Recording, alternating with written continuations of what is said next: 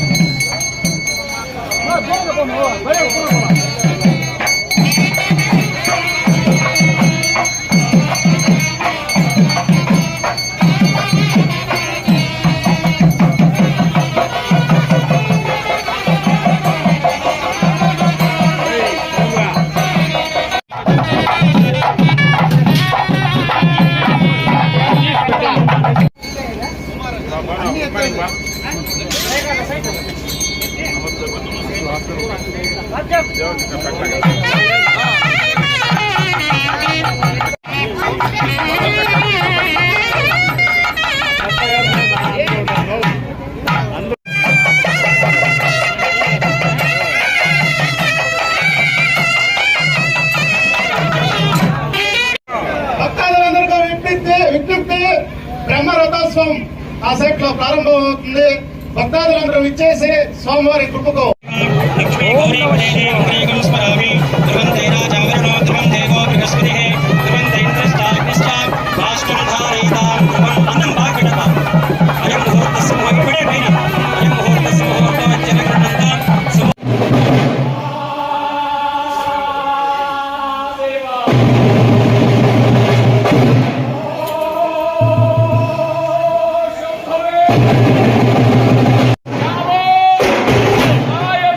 वीरभद्रेश्वर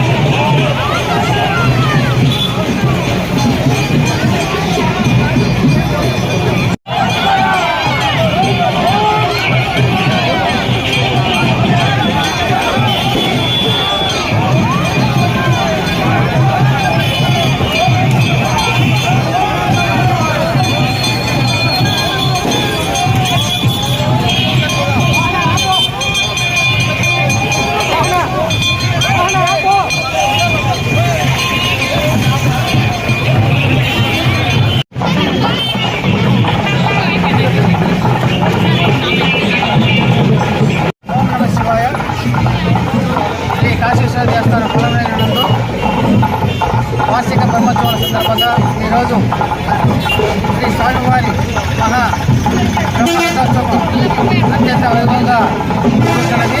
ఈ రథోత్సవ కార్యక్రమంలో డిపార్ట్మెంట్ వారు మరియు పాల్గొన్న సభ్యుల చైర్మన్ భక్తాదులందరూ పాల్గొని విజయంగా జరుగుతున్నది. శ్రీ స్వామివారి ఆశీస్సులు ప్రతి ఒక్కరికి ఉండాలని చెప్పి మనసారా కోరుకుంటున్నాం. శివాయ కాశీ విశ్వేశ్వర స్వామి దేవస్థానం బ్రహ్మోత్సవాల భాగంగా ఈరోజు 8వ రోజు నిన్న గిరిజా కళ్యాణం జరిగింది. కళ్యాణ శివుడు ఈరోజు పలంనేరు పురవీధుల గుండా తిరుగుతూ బ్రహ్మరోధోత్సవంలో ఊరేగిస్తున్నారు. కావున ప్రజలందరూ ఆ శివునికి కృపకు పాత్ర కావాల్సిందే కోరి ప్రార్థిస్తున్నారు. అలాగే రాజగోపురం పని ప్రారంభిస్తున్నాము. కావున పుర ప్రజలందరూ వాళ్ళ శక్తికి సాయశక్తుల రుణ సాయం చేసి ఈ రాజగోపురం కొరకు భక్తాదులందరూ ధన సహాయము ఈవో దగ్గర చెల్లించి తగిన రసీదు పొందవలసిందిగా కోరి ప్రార్థిస్తున్నాను.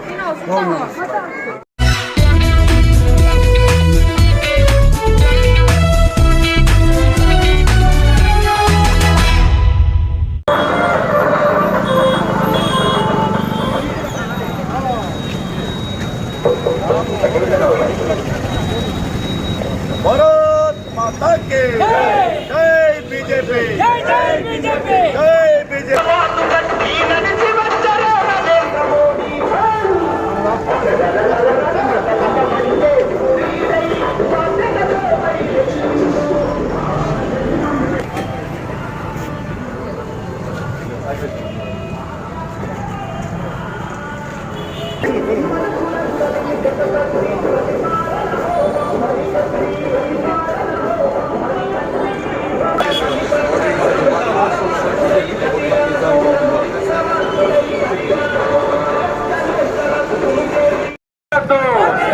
नरेंद्र मोदी गारी नायकत्వం कमलम गुर्तुके कमलम गुर्तुके कमलम गुर्तुके कमलम गुर्तुके नरेंद्र मोदी गारी नायकत्వం जिंदाबाद जिंदाबाद जिंदाबाद जिंदाबाद बीजेपी जिंदाबाद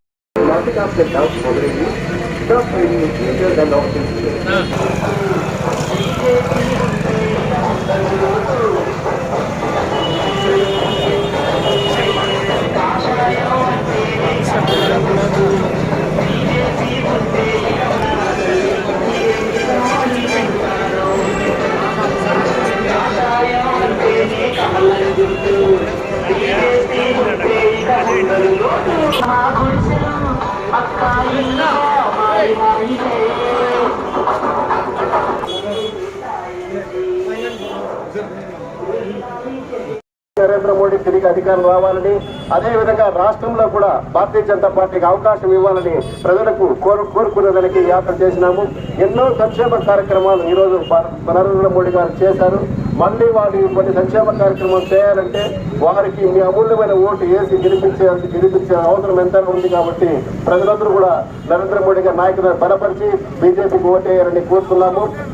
పలమనేరు నియోజకవర్గం నందు ప్రజాపోరు కార్యక్రమం నిర్వహిస్తున్నాము. ఈ కార్యక్రమం ముఖ్య ఉద్దేశం వైసీపీ ప్రభుత్వ వైఫల్యాలను వ్యతిరేకంగా రాష్ట్ర వ్యాప్తంగా ఈ కార్యక్రమం నిర్వహించడంతో పాటు దీనికోసం ఈరోజు భారతీయ జనతా పార్టీ పలమనేరు నియోజకవర్గంలో ఇప్పటిదాకా మనకు అందినటువంటి సంక్షేమ పథకాలు ఏమున్నాయో వీటిపై పూర్తి అవగాహన ప్రజల్లోకి తీసుకెళ్లి, అలాగే ఈ ఎన్నికల్లో రాష్ట్రంలో ఒకసారి కేంద్రంలో మరొకసారి బీజేపీ ప్రభుత్వం రావాలని చెప్పేసి కేంద్ర ప్రభుత్వం నినాదాన్ని జరిగింది. ఈ కార్యక్రమాన్ని ఉద్దేశించి ప్రతి ఒక్క కార్యకర్త ప్రజల్లోకి విస్తృతంగా ఈ కార్యక్రమాన్ని తీసుకెళ్లి సంక్షేమ పథకాలను వివరిస్తూ ఈసారి పూర్తి మద్దతుతో పూర్తి మెజార్టీతో భారతీయ జనతా పార్టీ కేంద్రంలో కావచ్చు, అలాగే రాష్ట్రంలో మన పలమనేరు నియోజకవర్గంలో కూడా అఖండ విజయం సాధిస్తుందని చెప్పేసి పూర్తి విశ్వాసంతో మేము ఇక్కడ ఉన్నటువంటి నాయకులు కార్యకర్తలు పనిచేస్తున్నాము. ఈ కార్యక్రమం ఇలాగే విజయవంతం కావాలని చెప్పేసి కోరుకుంటూ ఈ కార్యక్రమాన్ని ముందుకు సాగించి కోరుకుంటున్నాం. భారత్ మాతాకి జై. కమిషనర్ విజయ్ కుమార్ గారికి, అలాగే సమావేశానికి విచ్చేసిన వివిధ మండలాల అధ్యక్షులకు, జిల్లా రాష్ట్ర స్థాయి నాయకులకు, కార్యకర్తలకు అందరికీ నా నమస్కారం. ఈరోజు భారతీయ జనతా పార్టీ రాష్ట్ర అధ్యక్షులు పెద్దలు శ్రీమతి పురంధరేశ్వరి గారి ఆదేశం మేరకు రాష్ట్ర వ్యాప్తంగా 175 అసెంబ్లీ నియోజకవర్గాల్లో ప్రజాపోరు యాత్ర ప్రారంభమైంది. యాత్ర ముఖ్య ఉద్దేశం ఏదైతే గత 10 సంవత్సరాలుగా కేంద్రంలో నరేంద్ర మోడీ గారి సారథ్యంలోని భారతీయ జనతా పార్టీ ప్రభుత్వం ఎన్డీఏ ప్రభుత్వం సాధించిన విజయాలను ప్రజల్లోకి విస్తృతంగా తీసుకెళ్లడం, అదే సమయంలో గత 5 సంవత్సరాలుగా రాష్ట్ర ప్రభుత్వ వైఫల్యాలని ఎట్టగడుతూ ప్రజా బాహుళ్యంలో భారతీయ జనతా పార్టీకి రాబోయే ఎన్నికల్లో ఆశీర్వదించాలని కోరడం ఈ కార్యక్రమం ముఖ్య ఉద్దేశం. అందులో భాగంగానే ఈరోజు ప్రతి నియోజకవర్గంలోనూ ఈ కార్యక్రమాన్ని ప్రారంభించడం జరుగుతున్నది. చిత్తూరు జిల్లాలో కూడా 7 అసెంబ్లీ నియోజకవర్గాల్లో ఈ కార్యక్రమం ప్రారంభమైంది. ఈరోజు దేశవ్యాప్తంగా చూస్తున్నాం, నరేంద్ర మోడీ గారు గత 10 సంవత్సరాల్లో చేసిన అభివృద్ధి మన కళ్ళకు కనిపిస్తున్నది. ఈ రోజు Bengaluru Chennai national highway 4 line highway మన కళ్ళకు కనిపిస్తున్నది పలమనేరు నియోజకవర్గంలో. అదేవిధంగా మరో పక్క express highway 6 lines express highway నిర్మాణంలో ఉంది. ఇంకో పక్క బుల్లెట్ ట్రైన్ నిర్మాణంలో ఉంది. మన కళ్ళకు కనపడుతున్న అభివృద్ధి. అదే రాష్ట్ర ప్రభుత్వం ఎత్తుకుంటే గత 5 సంవత్సరాల్లో పల్లెలకు పోయే రోడ్డుకు కనీసం గుంతలో పిడికడ మట్టేసిన చరిత్ర కూడా లేదు. ఎక్కడికక్కడ విధ్వంసకర పరిపాలన, ఎక్కడికక్కడ కేంద్ర ప్రభుత్వ పథకాలకు పేర్లు మార్చి తనవుగా పబ్లిసిటీ చేసుకుంటూ ఈ రోజు పబ్బం గడుపుకుంటున్న పరిస్థితి. మరి ప్రజలు వీటన్నిటిని గమనించి రాబోయే ఎన్నికల్లో భారతీయ జనతా పార్టీకి కేంద్రంలో నరేంద్ర మోడీ గారికి ఓటేస్తూ అదేవిధంగా ఆంధ్రప్రదేశ్ లో కూడా భారతీయ జనతా పార్టీకి ఒకసారి ఓటేసే అవకాశం ఇవ్వాలని చెప్పేసి మేము ప్రజలకు విజ్ఞప్తి చేస్తూ ఈ యాత్రను తీసుకెళ్తున్నాం. కార్యకర్తలందరూ కూడా సమరోత్సాహంతో పనిచేస్తున్నారు. ఇదే విధంగా ఎన్నికల వరకు పనిచేసి పలమనేరు నియోజకవర్గంలో కూడా మన అభ్యర్థిని భారీ మెజార్టీ ఈసారి మనం గెలిపించుకోవాల్సిన అవసరం ఉంది. ప్రజల్లో కూడా భారతీయ జనతా పార్టీ మీద నరేంద్ర మోడీ గారు చేస్తున్న అభివృద్ధి మీద నమ్మకం ఉంది. మనం చేయాల్సిందంతా వాళ్ళకు భరోసానివ్వడం. మేమున్నాం. భారతీయ జనతా పార్టీ ఈసారి అధికారంలోకి రాష్ట్రంలో కూడా రాబోతున్నది. ఈ నియోజకవర్గంలో కూడా మేము అభివృద్ధి చేయబోతున్నాం. ఏదైతే ఇన్ని రోజులు మీరు అభివృద్ధికర పరిపాలన చూశారు, కమిషన్ల పరిపాలన చూశారు, వాటన్నిటినీ ఈ రోజు బేఖాతరు చేస్తూ మాకు ఓటేస్తే ఈ అవినీతి అరాచక పరిపాలన పాల్గొతామని చెప్పి కూడా మేము ప్రజలకు భరోసానిస్తూ ఈ కార్యక్రమాన్ని విజయవంతం చేయాలని ప్రజలందరూ కూడా నరేంద్ర మోడీ గారి పరిపాలనకు మరోసారి ఆశీర్వాదం తెలిపి భారతీయ జనతా పార్టీని గెలిపించాలని చెప్పి ఈ సందర్భంగా మేము కోరుకుంటున్నాం.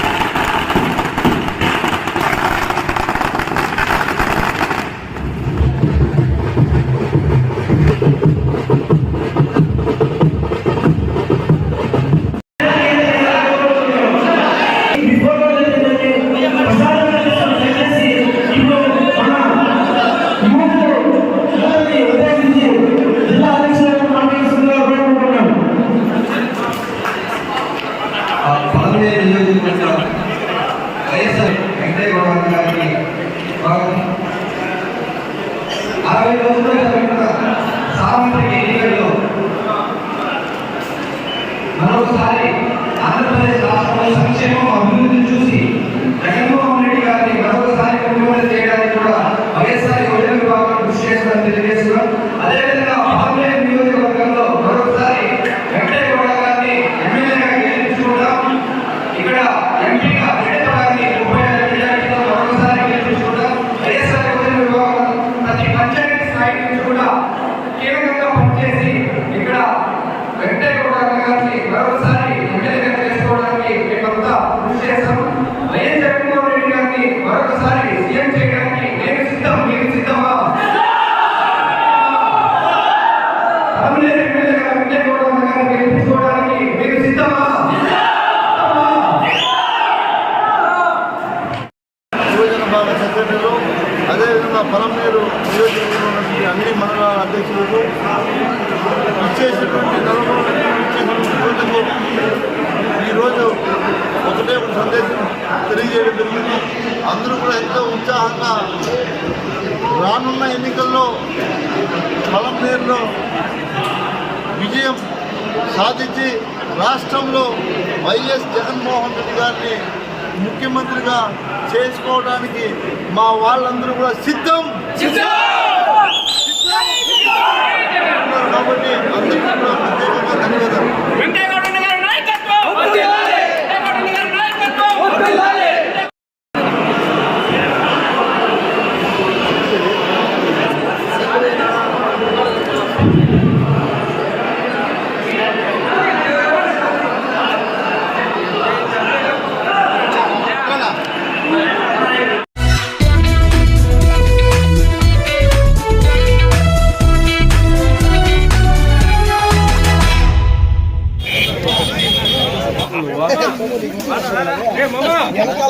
వెనక్కి రాస్తే వెనక్కి ఫ్రేమ్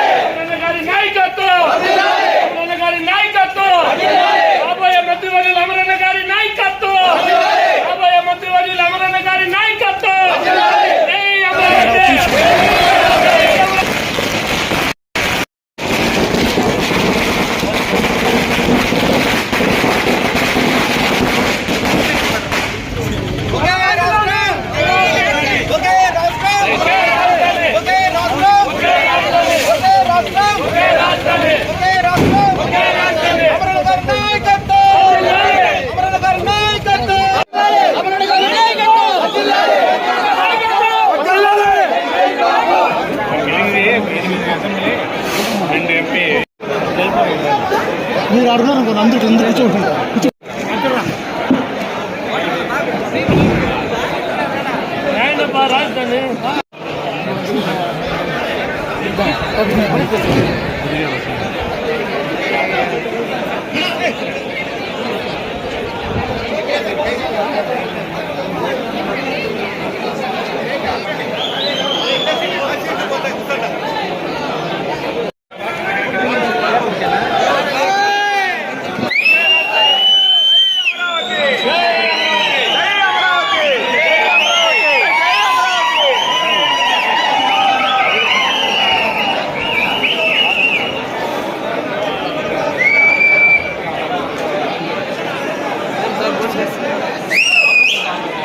అరిస్తే కదా అరిస్తే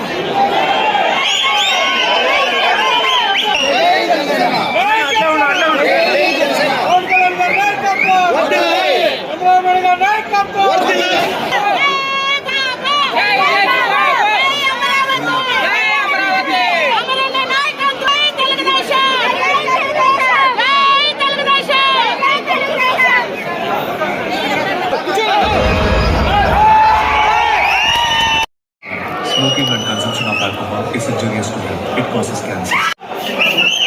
మంచి భర్త రత్నాల లాంటి ఇద్దరు పిల్లలు దీని పొగాకు మార్చేసింది. ఈ క్యాన్సర్ తొలగించకపోవడం ఇకపై ఏది గతంలో ఉండదు.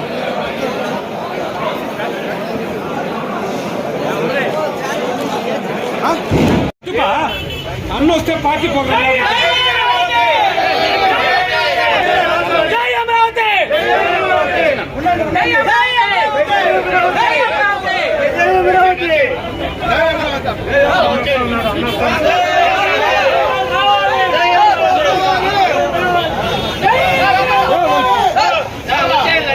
రామన్న రామన్న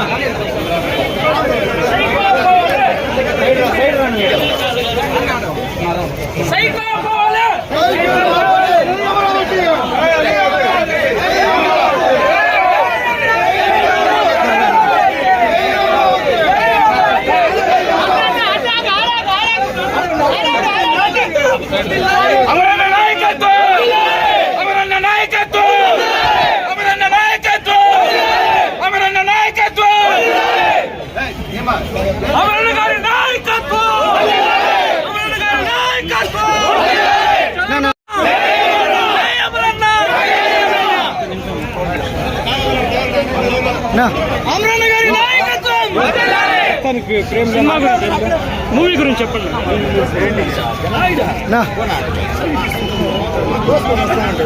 ఈరోజు ఒక్క నిమిషం. రాజధాని ఫైల్స్ సినిమాకు సంబంధించి పార్టీ కార్యకర్తలు నాయకులతో అంతా కూడా కలిసి చూడడం జరిగింది. ఈ సినిమా రాష్ట్ర ప్రజలందరూ కూడా చూడవలసినటువంటి సినిమా. రాజధాని ప్రాంతానికి ఆ ప్రాంత రైతులు ఒక మంచి ఉద్దేశంతో అక్కడ ఉన్నటువంటి భూములన్నీ ఇచ్చినటువంటి సందర్భాన్ని గుర్తు చేసింది. ఈ ప్రభుత్వం చేసినటువంటి కుట్రలు కావచ్చు, కుతంత్రాలు కావచ్చు, జగన్మోహన్ రెడ్డి ముఖ్యమంత్రిగా ఆనాడు ప్రతిపక్ష నాయకుడుగా చెప్పినటువంటి మాటలు ఏదైతే మాట తప్పాడో అవి కూడా క్లియర్ కట్గా ఈ సినిమా ద్వారా ఈ రాష్ట్ర ప్రజానీకానికి తెలియజెప్పేటువంటి ప్రయత్నం ఈ సినిమాలో చూపించడం జరిగింది. రాజధాని ఈ రాష్ట్రానికి ఎంత అవసరమో ఈ రాష్ట్ర ప్రజానీకానికి, ముఖ్యంగా యువకులకు రాష్ట్రానికి ఒక రాజధాని అవసరం అనేటువంటి ఒక విషయాన్ని ఈ సినిమా ద్వారా ఈ రాష్ట్ర ప్రజలకు తెలియజెప్పేటువంటి ప్రయత్నం ఆ సినిమా చూపించడం జరిగింది. చాలామంది ఈ రాష్ట్రానికి రాజధాని ఎందుకు, రాజధాని కూడుబెడుతుందా, అసలు రాజధాని నీకు అవసరమా, ఈ రాజధాని నీకు అవసరమా అని సమావేశాల్లో కూడా మాట్లాడడం సోషల్ మీడియాలో చూశాను. నేను అడుగుతా ఉన్నా, అసలు రాజధాని లేనటువంటి రాష్ట్రాలు ఏవైనా భారతదేశంలో ఉన్నాయా? రాష్ట్రానికి రాజధాని లేకపోతే దేశానికి రాజధాని ఎందుకు? రాజధాని ఉండాల్సినటువంటి పరిస్థితి ఉండాలి. రాజధాని అవసరం ఏ రాష్ట్రానికైనా ఉంది.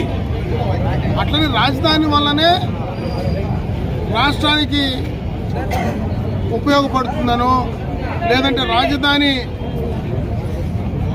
యొక్క ప్రాముఖ్యతను అర్థం చేసుకోలేకనో వాళ్ళు మాట్లాడుతూ ఉంటే అది వాళ్ళ అవివేకానికి వాళ్ళ విజ్ఞతకే వదిలిపెడతా ఉన్నారు.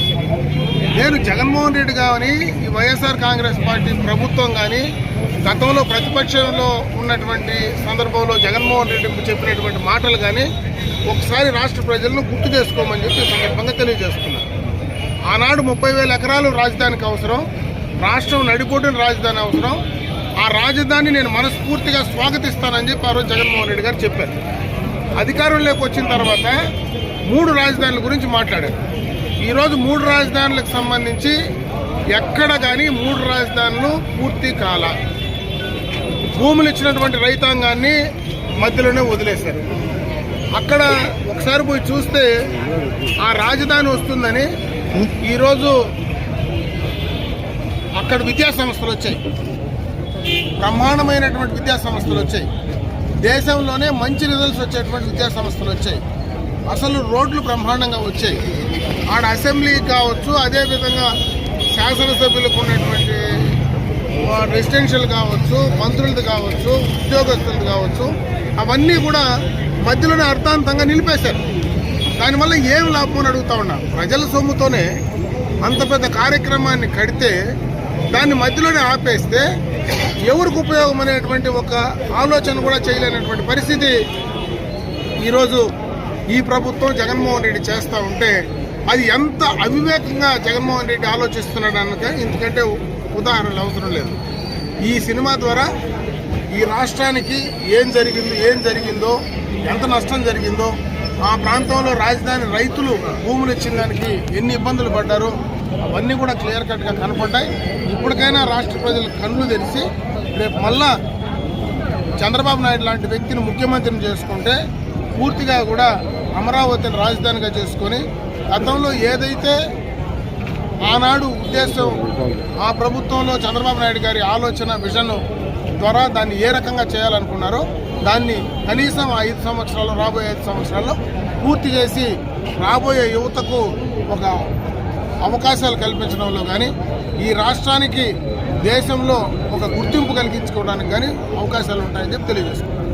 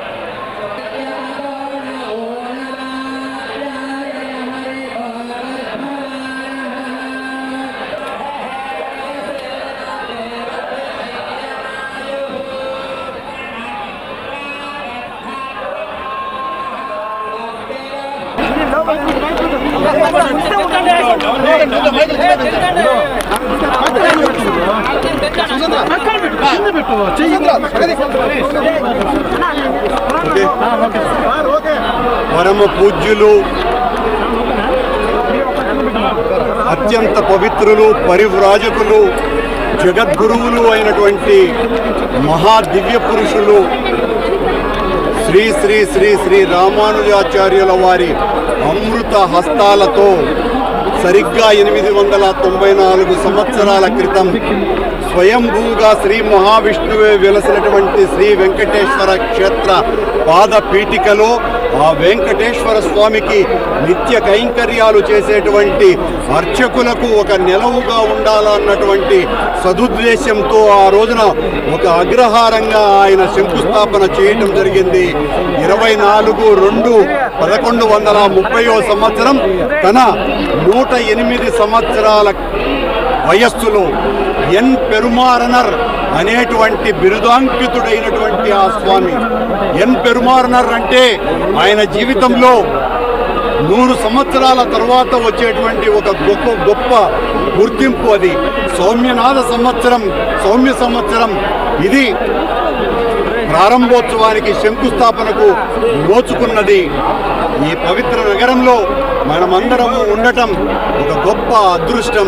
ఎన్ని జన్మల పుణ్యం ఇది. ప్రపంచంలో ఎన్నో నగరాలు వచ్చినాయి, కొన్ని వేల నగరాలు పుట్టాయి పోయాయి, మనకంటే కూడా ప్రాచీనమైనటువంటి నగరాలు ఉండినాయి. కానీ వాటికి దేనికి కూడా ఏ మాత్రము కూడా ఒక ఆవిర్భావ దినోత్సవ వేడుకలు జరుపుకునేటువంటి అదృష్టం భగవంతుడు ఇవ్వలేదు. ఒక్క తిరుపతికి మాత్రమే ఆ మహద్భాగ్యం వెంకటేశ్వర స్వామి చలువు వలన కలిగింది. మనుష్యులకు పుట్టినరోజులు ఉంటాయి, లేదా వాళ్ళు పెంచుకునేటువంటి పెంపుడు జంతువులకు పుట్టినరోజులు జరుపుకుంటారు.